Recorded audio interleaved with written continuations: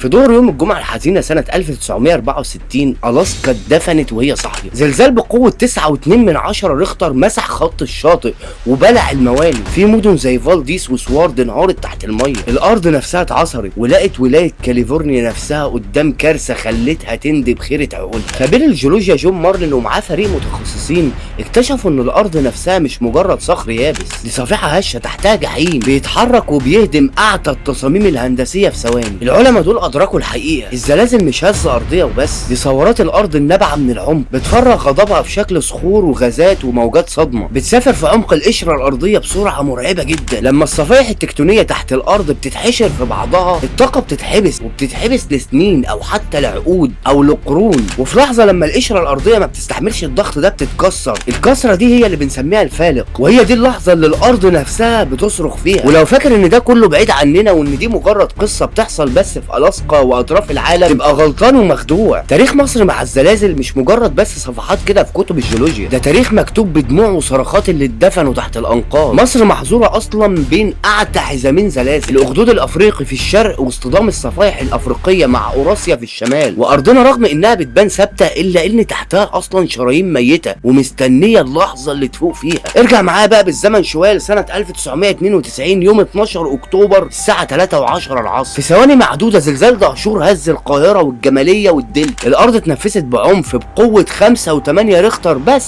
حضرتك كمشاهد لازم تشوف ان 5.8 ريختر اصلا رقم ضعيف جدا مقارنه بقوه الزلازل، لكن القوه دي كانت كفيله انها تخلي البيوت والعماير تقع زي ورق الكوتشينه. صرخات الناس وهي بتجري في الشوارع ومش عارفين يروحوا فين، والمباني التاريخيه اللي عاشت الاف السنين وقعت من قوه الزلزال. في اليوم ده مصر عاشت كابوس حقيقي، والملايين باتوا في الشارع مرعوبين من الهزات الارتداديه. بس كابوس 92 ما كانش الاول، ارجع اكتر بالزمن لسنه 1847 في الفيوم لما الزلزال دمر القرى وبلع اجزاء من اراضي الفلاحين. ارجع بقى للي العن واضل، زلزال اكتوبر سنه 1303. الزلزال ده ضرب مصر والشام وهز القاهره كلها لدرجه ان المآذن والاسوار الفاطميه وقعت على دماغ الناس، والبحر الابيض هاج فجاه وعمل تسونامي ضرب ساحل اسكندريه ودمر الفنار القديم. ارض مصر مش مجرد تراب وميه، الارض ماشيه على خطوط فوالق زي فالق العقبه وخليج السويس والبحر الاحمر. الفوالق دي عامله زي القنابل الموقوته مدفونه تحت رجلينا وساكته، وممكن تقعد ساكته مئات السنين، لكن لما تحب تتنفض بتغير تاريخ الامه في لحظه. السؤال بقى اللي بيفضل يطارد كل جيولوجي فاهم تاريخ الارض،